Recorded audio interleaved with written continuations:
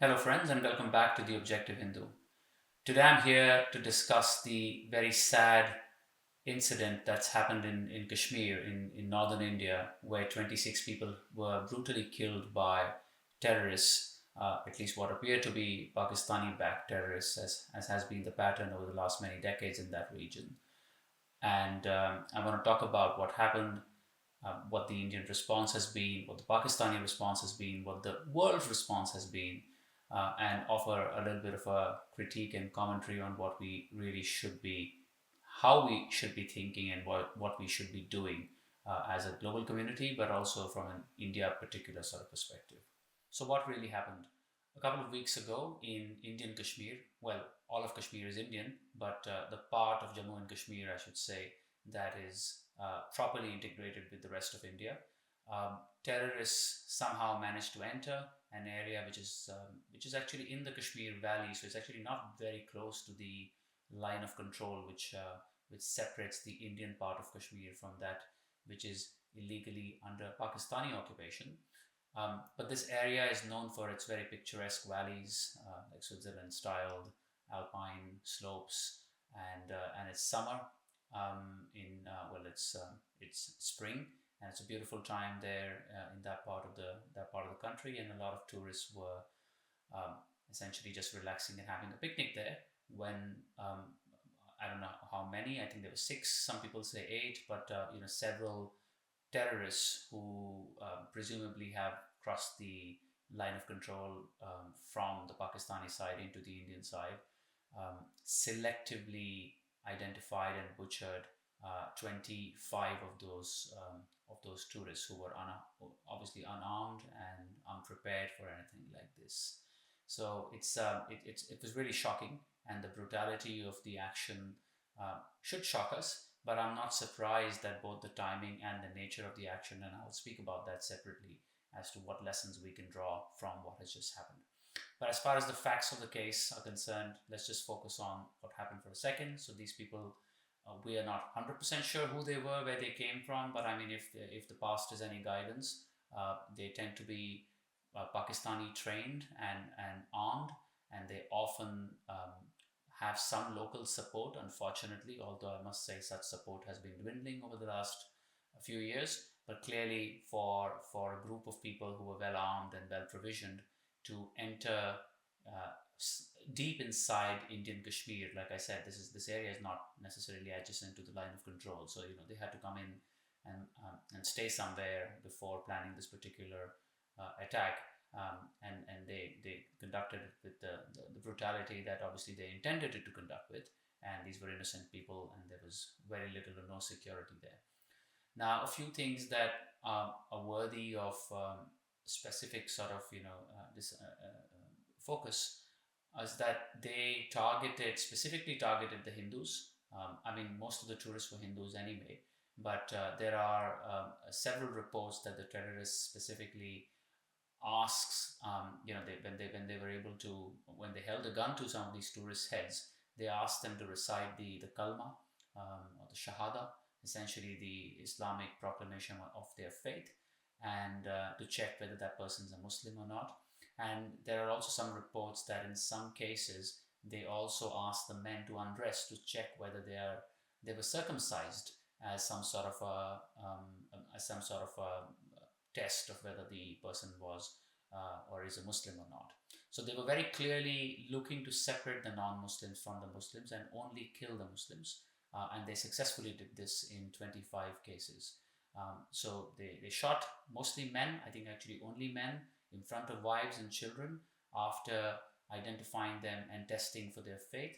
And I don't think they made any bones about this action, and I'm not sure why we should not be speaking with equal clarity around what happened. Because if we don't, then it's going to be very hard to actually understand why it happens and what we can do about it. So the first question that comes up is why now? Why at this moment? So there are a few things here, right? The uh, Pakistan's ability to actually undertake such actions in Kashmir to instigate the people of Jammu and Kashmir, in particular the Kashmiri Muslims, to conduct military operations or terrorist acts against the Indian state in general, or in this case, actually tourists, that's been under threat. When I say under threat, it's a good thing, of course, but they have lost their ability to do this because the LOC line of control that is very well patrolled in most places, and the support that they perhaps once enjoyed amongst the local people has also dwindled. Plus, you add to that the continuous disengagement that India has had with Pakistan over Kashmir and all other matters diplomatically, the so-called isolation of Pakistan on the world stage, the the visit of the Vice President of the United States, J.D. Vance, to India on that very day. So that's not a coincidence. Uh, and and really trying to reclaim what I would say is sort of the media space that Pakistan has historically very successfully kept Kashmir as a boiling issue in the Western media, in particular's limelight. And India, firstly, has historically failed to actually counter that narrative properly, but also more recently has been able to blunt it by just a being pretty effective at preventing such attacks, and b just treating Pakistan as an irrelevant sort of country in the neighborhood, therefore starving it of the oxygen that it demands. And this is, in my opinion, an attempt to reclaim some of that space, some of that oxygen. The brutality of the actual attack, although when it comes to Islamic Jihad, I don't think there's anything that's more brutal or less brutal. But because in this case they were tourists, and the sort of general perception of the history of violence in Kashmir is that tourists have been usually spared.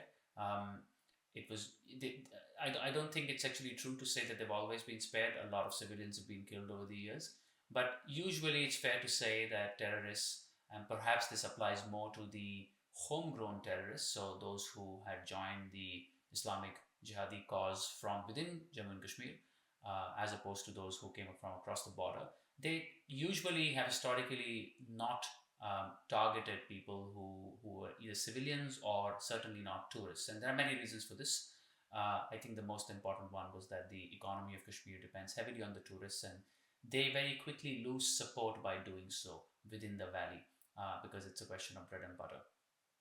So these actions, the brutality, the deliberate targeting of tourists, I think, is very much in line with what the Pakistani state and both the formal state, but also obviously their deep state, ISI, and the various jihadi organizations that ISI pseudo operates. They really needed to bring something back to the limelight at the global scale. The other two issues are that Pakistan's in a very poor position at the moment, precarious position, both militarily because it has lots of problems in Balochistan and the northwest frontier province area, as well as financially. And usually, the tried and tested medicine in terms of internal crises is that you find an enemy outside. So I wouldn't be surprised if this entire action was planned and executed with such brutality and precision, exactly to both gather Western media's attention, but also take away some of the focus that the people of Pakistan have had on their internal issues and recalibrate them towards a new target, and that target's obviously India.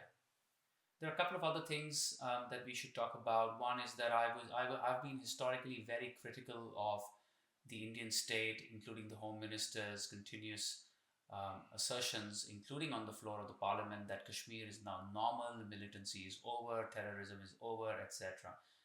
While it's probably true that it's not as bad as it used to be, but to equate that to some sort of normalcy, it was, I think, a fool's errand.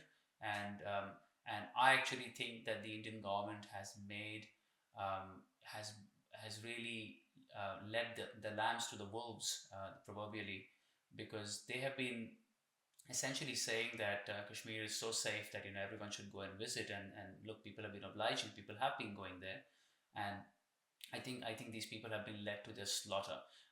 And it's very sad because that entire area had absolutely no security presence. It took more than 1 hour for the emergence, for the military response, security response to actually arrive, and that was plenty of time for the terrorists to do what they did and to escape.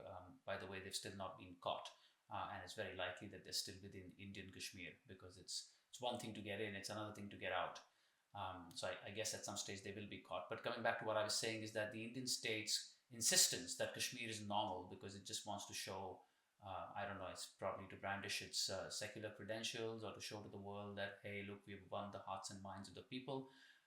While there's some truth to that, I don't think it was true.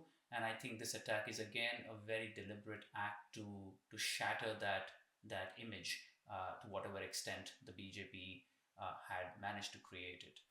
The other thing that is worth asking is why only Hindus? So firstly, where does theologically where does Islam stand on this?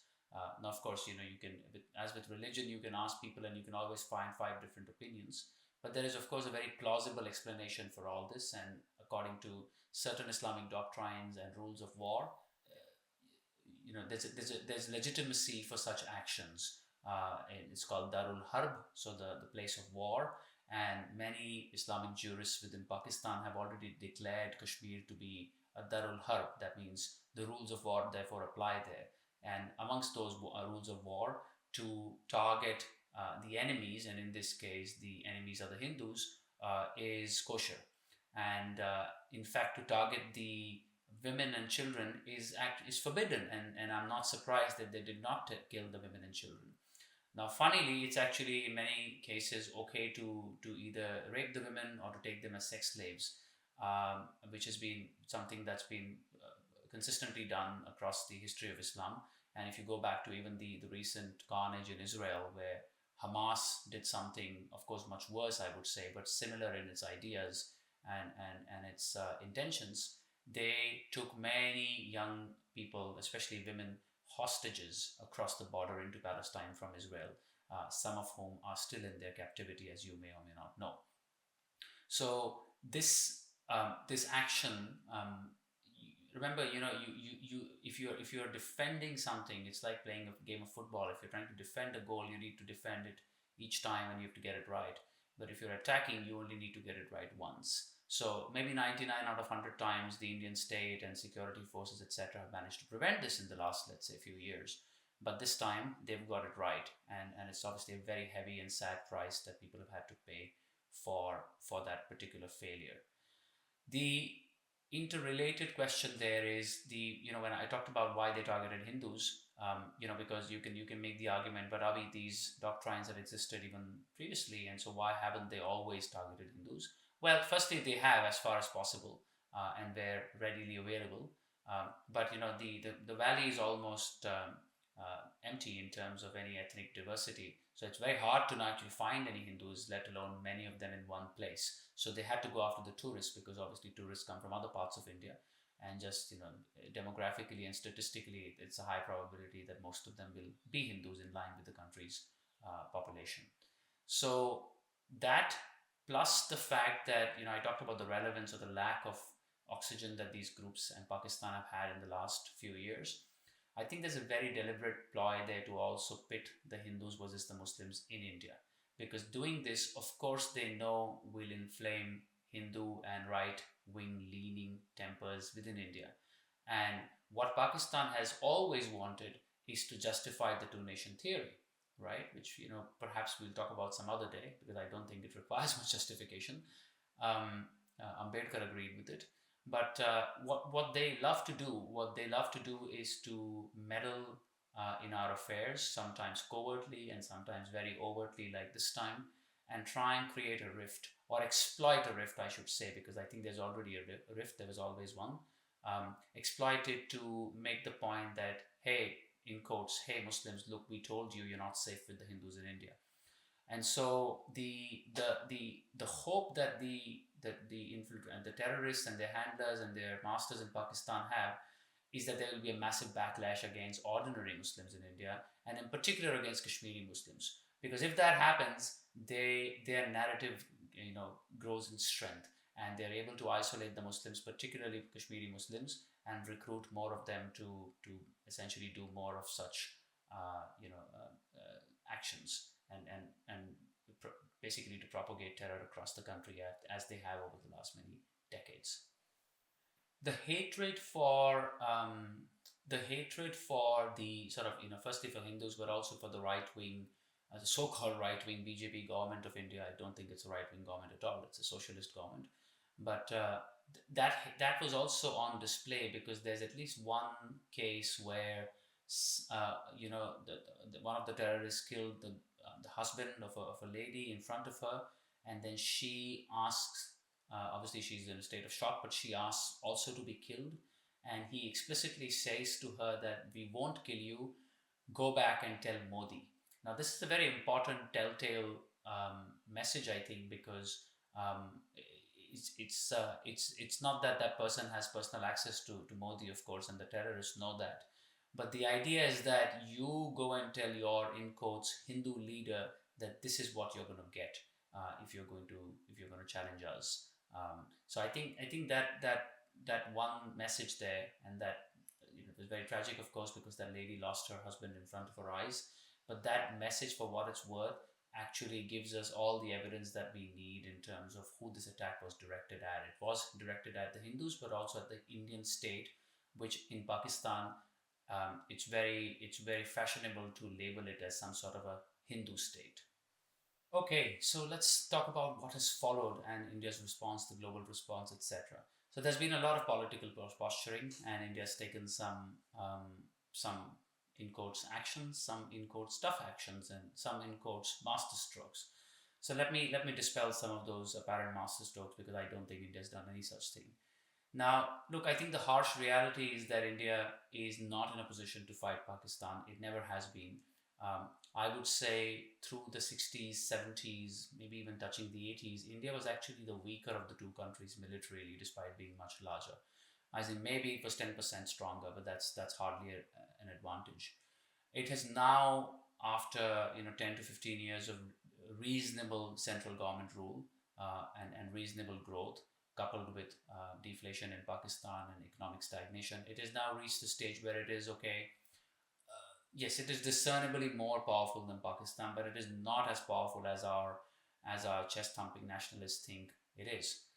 Pakistan's army is roughly two-thirds of Indian army. I mean, I would say Pakistan's entire military is roughly two-thirds India's. So that's a very large force, and there's no way we can engage Pakistan in a traditional clash, let alone the looming threat of obviously nuclear escalation.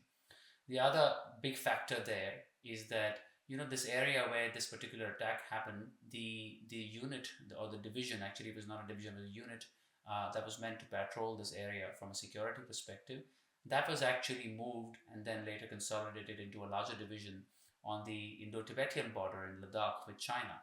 Um, so you can actually say that this particular region was devoid of security on account of the escalations and skirmishes that we had on the line of actual control with China on the northeastern part of Jammu and Kashmir.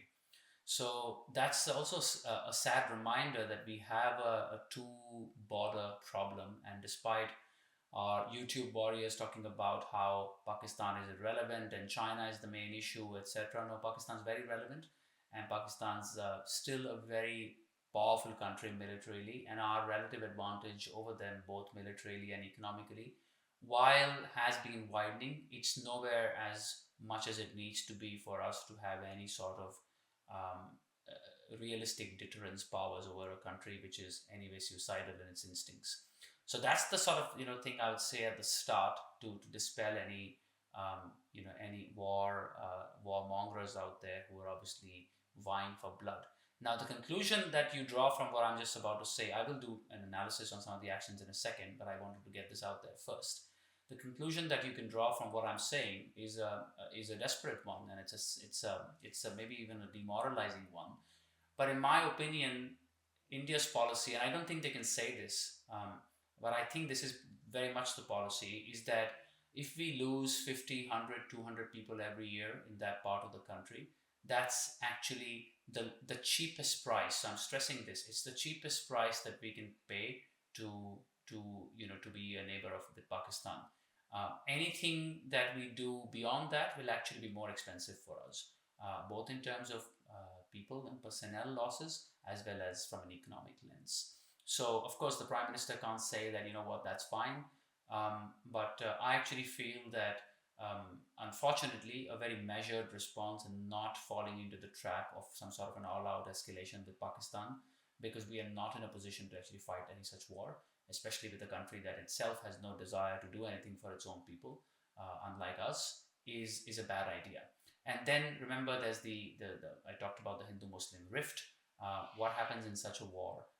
Even if 0.1% of the Muslims within India are, slightly more inclined towards the Pakistani side, that is enough to wreak havoc in terms of internal safety and security of our citizens. And there's ample evidence, by the way, in my opinion, that more than 0.1% of Muslims of India are even today inclined towards Pakistan, which I don't think should be a surprise to anyone, considering more than 20% of them actually voted for the creation of Pakistan when asked that question in 1946.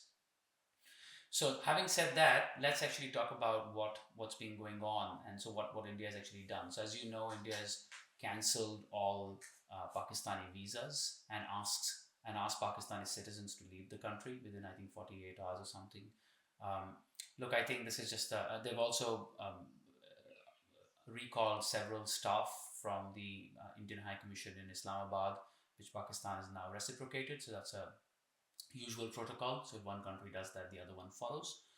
But I mean, if you look at these two together, we don't. That is just a sign of desperation, because we don't really have any cards to play. I mean, there are not a lot of Pakistanis in India, and I mean, yes, sure, there are some medical tourists here and there might be some people who have come under a SARC exchange program. And then the worst ones, not the worst ones, but the worst impacted ones are actually some people of Pakistani citizenry, or at least origin, if you want to put it that way, who are married to Indian citizens. And this is actually not that uncommon in Jammu and Kashmir, because remember, this entire region, it's been so artificially split, and some of them now have an Indian nationality, and some others have a Pakistani nationality, and many of them have got married. And essentially, what you're telling one of those is to leave wherever they live in India, and one of those people has to, whoever the husband or the wife, have to go back to Pakistan. So look, I kind of get the need to do something and to satisfy the anger and the hunger for action, or at least apparent action. I don't think this sort of an action achieves much, and I also feel that we let down people who might have nothing to do with all of this, and we might be even splitting families, etc., in our desperation to show that we're doing something. Same's the case with the embassy. I mean, we have very limited diplomatic ties with Pakistan. Recalling a few more people from there, and we don't have a proper high commissioner slash ambassador to Pakistan, which means it's the level of engagement is already quite minimal. And we've recalled a few more staff members, and they've obliged. I don't think that matters. If India really wants to do something, it can shut down its diplomatic engagement entirely. I mean, US and Iran don't have a diplomatic arrangement, and the US and North Korea don't have a diplomatic arrangement, and Israel and Palestine don't have a diplomatic arrangement. So I think if we really want to do something, we could. I understand that that's a step that needs to be calibrated and taken very carefully, but I mean, this is just posturing as far as I'm concerned. Now, I know you're wanting to talk about the Indus Water Treaty. So yes, so India has held it in abeyance, as it's called, effectively suspended the treaty. It's a complex matter. The treaty can be suspended. It can be suspended under I think it's the Vienna Convention of Treaties, under which the treaty was signed. It's quite complex to actually suspend it, but it can be suspended. It can be suspended if there are material changes on the ground. And of course, there are material changes on the ground in Jammu and Kashmir since the treaty was signed. Um, but I mean, again, politically, it's a good statement to make, because we're saying that, hey, you know what? If this goes on, then we are not obliged to look at you from a humanitarian lens. But are we, or aren't we? Because on every TV channel that I've heard debates on, I keep hearing, including on the right, people saying, oh, this is just the Pakistani army. The Pakistani people are not like that. I'm not so sure. I'm not saying that, of course, they're all like that, but I think you'd be surprised to know how many are like that. So I don't think it's possible to isolate the army or one part of the army, because then you'll say it's not the entire army, it's just one part of the army that's bad, and there's a part of the army that's good. I think you'll have to look at it as a state, and the state of Pakistan is, for all practical purposes, an enemy state. and we need to treat them as such. Now, the challenge with our decision around the Indus Water Treaty is that so around 90% of the waters of the Indus and the five Punjab rivers, Ravi, Chenab, Jhelum, Satluj, and Bias, um, belong to Pakistan, right? Actually, 90% of the overall water flow. So it's actually divided by rivers. We'll skip that detail. And of the water that India is called an upper riparian state, so we are an upper riparian state, of the water that actually belongs to us as part of the treaty, we only use around 90%, which means of the small, relatively small volume of water that actually belongs to us in the treaty, we actually don't use all of it anyway. Now remember, this is water, it's flowing downhill, and we are uphill, so to say, upper riparian, which means there's only one way to stop the water. You'll have to build dams and then, build canals and take it somewhere else, right? So you'll have to build irrigation systems or dams and hydropower plants and reservoirs, etc. Now, what I'm saying is that we've barely been able to do that for the very small amount of water that we already control in the existing treaty. So now, let's say hypothetically that we want to starve Pakistan of water, right? Or basically cut off water supply um, and play that kind of a game with them and use that as a weapon, if you want to put it that way. Well, we will need to have the infrastructure to do something with that water. At the moment, we don't. So when we say the Indus Water Treaty is suspended, I want to stress this because people don't understand this. The water is still flowing to Pakistan, and there's nothing we can do about it because it will take us decades, if not multiple decades, to actually build infrastructure to do something with that water if we choose to actually stop it from going to Pakistan. And if the speed at which infrastructure is built in India is any evidence, then I don't think that that's going to happen in any sort of reasonable time frame. Add to that the stupidity that apparently the Indian delegation went to Taliban to meet with the Taliban in Afghanistan, and apparently they're trying to also discuss some water projects in Taliban, and then our hyper-nationalists in India on YouTube are talking about how India is going to starve Pakistan both on the eastern side, given the rivers that flow from India into Pakistan, and on the western side because there are also rivers that flow from Afghanistan into Pakistan. But I totally question that logic, A, because I don't think we are capable of doing it given our track record. But also, I mean, are you saying that Taliban are the right people to engage with? I mean, they are the worst within the Islamic world. And if anyone has an idea that, oh, they are our friends or our brethren, I mean, that is madness. It was actually the Afghans that Ambedkar was the most worried about when the partition of India was happening, because he asked the hypothetical question as to, okay, let's say India is not divided and so we therefore border Afghanistan, and let's say there are all these Muslims in India who don't really want to be in India, but somehow we, let's say, keep them in India. What if Afghanistan or Afghani tribals or whatever raiders, they invade India? Who will they side with? So that should be a good reminder to all of those who think that engaging with Taliban is somehow our strategic alternative to Pakistan. That's that's like Gandhi going to Hitler to become friends with him because according to him, my enemy's enemy is my friend. And so Taliban's Pakistani state's enemy, and therefore it's my friend. I beg to differ. I think that's a really bad idea, even if it's being considered or not, I don't know. A couple of other interesting things happened. So when this attack happened, the Resistance Front (TRF), which is apparently an offshoot of the Lashkar-e-Taiba, which of course has orchestrated many attacks in India, including the 26/11 Mumbai attacks, they claimed responsibility.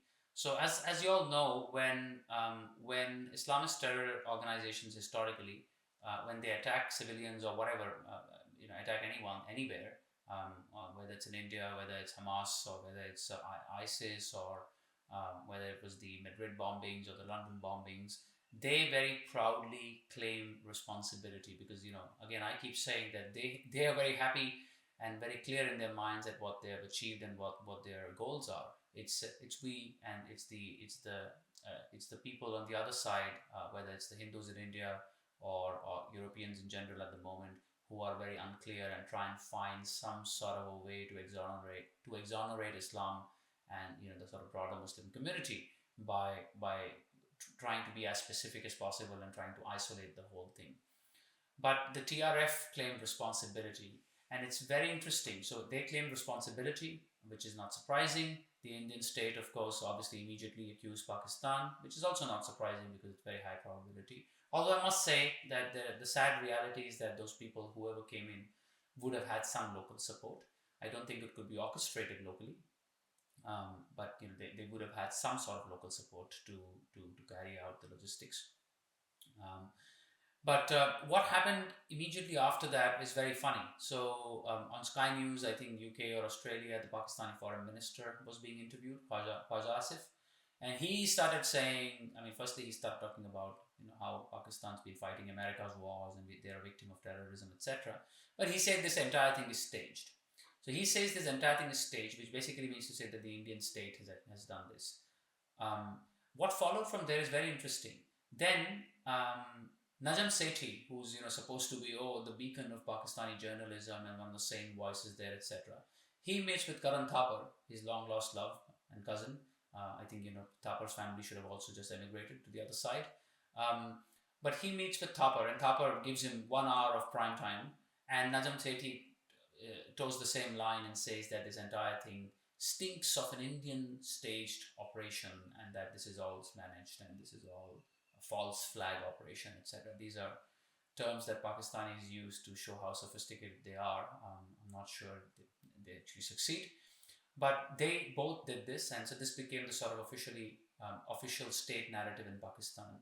And guess what happened? 4 days after the Resistance Front slash LET claimed responsibility, they have now renounced it and said that no, it wasn't us that did it. Now, of course, they can't be scrutinized or asked in a court of law as to why did you say it in the first place. But for any reasonably smart observer, you know what's happening. They did what they did. They very proudly claimed responsibility.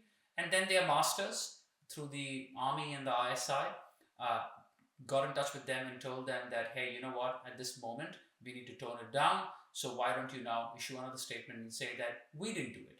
Now, did they stop there? No, they didn't stop there. They also told the same line that Najam Sethi did and the foreign minister did. So now think about this. The foreign minister of Pakistan says something.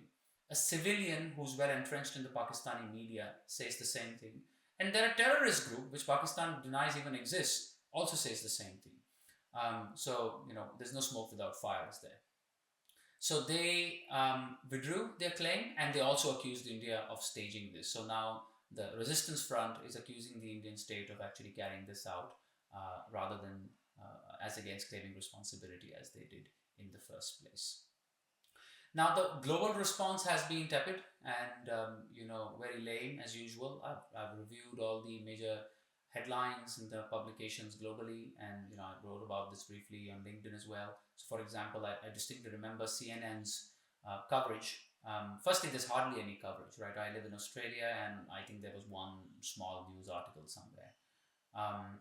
The coverage in CNN said something like not militants, sorry, gunmen kill kill 26 in disputed Himalayan region. Just picture that for a second. So it's as sanitized as it can be, right? It's as sanitized because they don't want to say anything. Basically, they're not saying anything. Gunmen. I mean, what gunmen? Are you talking about some teenager in America who was high on drugs and picked up a gun and went and shot a few people, as happens from time to time? Or are we talking about highly trained, highly ideological Islamic terrorists who selectively killed Hindus? So gunmen. Then they say kill 26. Who did they kill? Did they kill security forces? Were they fighting some sort of an internecine warfare? No, they killed innocent tourists, just like Hamas killed innocent,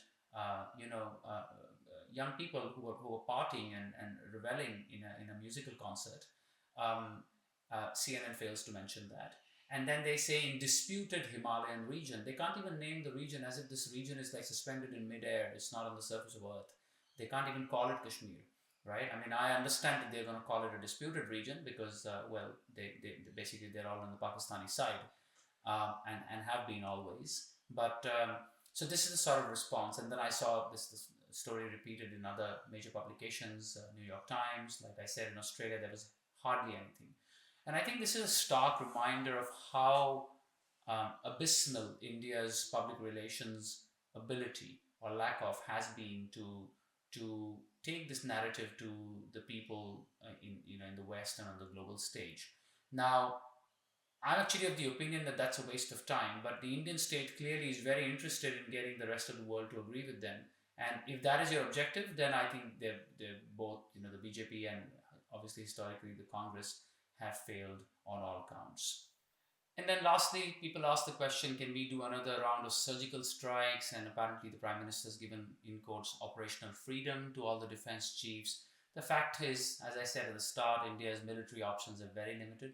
Surgical strikes, whatever they were the last time around, they had an element of surprise attached with them, and obviously Pakistan's much more prepared. Um, and it doesn't help that in the Indian media, there's all sorts of nonsense being peddled as to how Pakistan is starting to, in quotes, dismantle its infrastructure in POK. Or apparently, I read somewhere, in fact, on a major news channel, that Pakistan has shut down madrasas within Pakistan, 6,000 of them, in fear of Indian retaliation. I mean, India can't even put the madrasas in India under the control of a central madrasa board and bring it under the education ministry, and you're telling me that India is going to go and attack the madrasas in Pakistan, and that is hilarious. I mean, we just believe anything that anyone says in India, and the fact of the matter is that India has very few options. The element of surprise that perhaps existed with Balakot is no longer on our side. I've already said that militarily the delta is not sufficient for India to get involved, and the price that we will pay if we do anything will definitely be more than the price of doing nothing. That's the sad and harsh reality of the situation as I see it. Also, I'd just like to state for the record that the LOC, which is the line of control that divides Kashmir with what we call Pakistan occupied Kashmir. By the way, there's no part of Kashmir that is in Pakistan occupied Kashmir. The Kashmir Valley is entirely in India. It's mostly some parts of the Jammu region and some parts of obviously Gilgit Baltistan, neither of which are actually Kashmir, that are part of POK. So we should actually call it POJK or POGB or something like that, like Pakistan occupied Jammu and Kashmir or Pakistan occupied Gilgit Baltistan. That's more accurate. But having said that, the LOC has been given so much sanctity by the Indian side that, for example, when Balakot happened and as the Balakot surgical strikes happened in 2019, when Indian jets apparently crossed the LOC and bombed certain targets in Pakistan occupied Kashmir, it was made is such a big deal. And in Hindi there were all these news articles that said "Ghar mein ghus ke mara," which loosely translates to the fact that India actually entered their home and gave them a fitting response. Well, it's not their home; it's our home. The LOC is not the border. We have never agreed to it, and the fact that we consider the other side of the LOC to be their home and it to be such a big deal for us to cross that arbitrary line actually shows how weak our position has been historically. Again, it's beyond the purview of today's video to talk about how that even came to being and the role that the Americans have played in this. But it will suffice to say for today that the Americans have always been on the side of Pakistan in this entire matter. And even now with Donald Trump, etc., in power, I have not seen any concrete evidence that the US is actually going to give India any kind of um, at least global support on the stage. I'm not expecting any military support, and so that just points to that bleak reality that I talked about. And with China also, hovering on the other side, it's almost impossible for India to do anything preemptively versus Pakistan, especially if India tries to separate the state of Pakistan from the terrorists of Pakistan and the people of Pakistan. That's a tough ask. Ask the Israelis, by the way, because they've been trying to do this for many, many years. They've been trying to separate the Hamas from the population of Palestine. But the harsh reality is that Hamas are voted by the people of Palestine, or at least a large part of them. So, look, I think that's the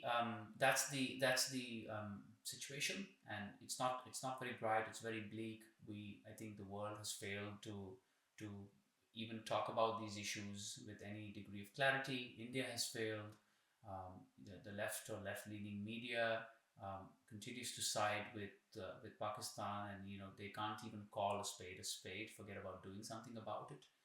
And then we are left to our own sort of selves to figure out what might be an appropriate response. Now, I would like to finish with what a couple of actually more meaningful responses could be. By the way, I forgot to mention the airspaces have also been closed. So India has closed airspace to Pakistan and Pakistan to India. Now, who does that hurt more? Of course, it hurts us more because there are far fewer flights from Pakistan flying over India into Southeast Asia, and there are far more flights from India flying over Pakistan into Europe and the United States. Uh, all of this goes back, by the way, to Pakistan's geographic position, which was specifically the reason that Britain actually carved up India and created this state for its own, if it's to meet its own objective against Soviet Union in the first place. And even today, we are paying the price for this. So this geographic advantage that Pakistan has, or I should say, disadvantage that India has on account of having lost a part of its territory, aka Pakistan, is at full display even when it comes to the airspaces. So, what should India do? Look, if India wants to do something and not just accept this as status quo and be okay to have a few incidents like this, however sad they might be, because of course in the national scheme of things it doesn't really change anything. Then there are two things that I would suggest. Firstly, India has to stop all diplomatic engagement with Pakistan. India doesn't have a constitutional provision to declare Pakistan as an enemy state. Um, India has tried to get the world and the UN and the US to declare Pakistan as a terrorist state. I think India can explicitly declare that, and de facto declare Pakistan as an enemy state and stop all engagement and make it very clear to the world that there's nothing to discuss with these people because whatever you discuss, it's only going to come back to bite you, as we've seen over and over again. And then, if we really want to take it a step forward, which again I really think this is the opportunity for India, that is Balochistan. So I know firsthand that Balochistan at the moment is in a very sort of in a precarious position. There are parts of Balochistan where the writ of the Pakistani state and the military does not run. It's almost also locally governed. Now, Balochistan also historically has a, in quotes, secular character. Considering it's a majority Muslim, Sunni Muslim province of Pakistan, which was illegally occupied by Pakistan, as some of you might have heard. Um, the fact of the matter is that even if you don't get into all whether it was actually occupied or not, etc., India should make it very official. India should not be under any obligation to recognize Balochistan as a part of Pakistan. When Pakistan doesn't recognize Kashmir to be a part of India, which it indisputably is, by the way, legally, historically, morally, and you can't say the same thing about Balochistan. Balochistan was never legally a part of Pakistan, and certainly not historically. I challenge one person who will deny, who's going to say that what I'm saying is not true, to name who was the preeminent Baluchi in the Pakistan movement. So when the state of Pakistan is being demanded and carved out of British India, who are the Baluchis? Who were the Baluchis fighting for Pakistan? I'll tell you who they were. Zero, because they were none. Because they were not part of the conversation, they were not interested. By the way, neither were the Kashmiris, the Kashmiri Muslims included. This was all entirely sort of Central Indian movement, the Pakistan movement, Bengal, UP, Bombay, Hyderabad, etc. Even Punjab and Sindh had very little. Now, having said that, I think India needs to clearly articulate that Balochistan is not a part of Pakistan. Step one. That's sort of moral support. Next step it can offer is diplomatic support. India can actually start to offer money, a voice, and a platform. So, for example, India should consider opening a government in exile of Balochistan in India. And this has been done before, right? Because there's, for example, a government in exile for Tibet that actually exists within India in Dharamshala in Himachal Pradesh. And the Dalai Lama, of course, has sought refuge in India, as you know. So there's no reason, and that's funny because Tibet was actually accepted as a part of China by India in exchange for some concessions in Arunachal Pradesh, which is a story in itself. But we are under no such obligations to be friendly neighbors with Pakistan, and we should immediately de-recognize Balochistan, talk about its independent history and identity, talk about its reasonably secular character, which is at odds with the Pakistani Islamic State. Um, Talk about the fact that the Hindus there have had very cordial relations with the Baluchis, which is a fact, and offer diplomatic support. Open an embassy of Balochistan in India. I mean, just pump in few 500 crores for it. There are lots of Baluchi congresses and activists in Geneva, in the UK, in Canada. Give them a home. Put 5 conferences together for the future of Balochistan and the secession of Balochistan from Pakistan, and host them in India. And if you want to really take it to the third level, then of course you can start arming them. You can start arming the rebels. So you can start just with a recognition and a comment. Then you can give some sort of diplomatic and moral support. And then lastly, you can even give them military support. This is Pakistan's jugular vein, right? Pakistan has two problems. It has Kashmir, which it has recognized a long time before India recognized it, and which is why POK belongs to, well, not belongs to, but is controlled by them. Because remember, the river Indus actually flows from POK, not from our part of Kashmir. And therefore, even the Indus Water Treaty, even if you could build all those dams that I was talking about earlier, the fact is that we can't stop the Indus water per se. We can only stop the tributaries, the 5 Punjab rivers. And that's because that part actually is in POK, which Pakistan already controls. So that's not a coincidence. So that's one of its weaknesses, and the other one is Balochistan, which it has a very loose grip on and has very little credibility amongst the Baluchi people either. So it's an opportunity for India to help itself, and it's an opportunity for India to certainly help the Baluchi people as well.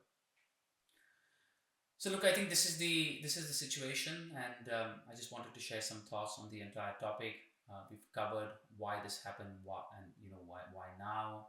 I've explained that there's good precedent for such actions in Islamic war doctrines and jurisprudence.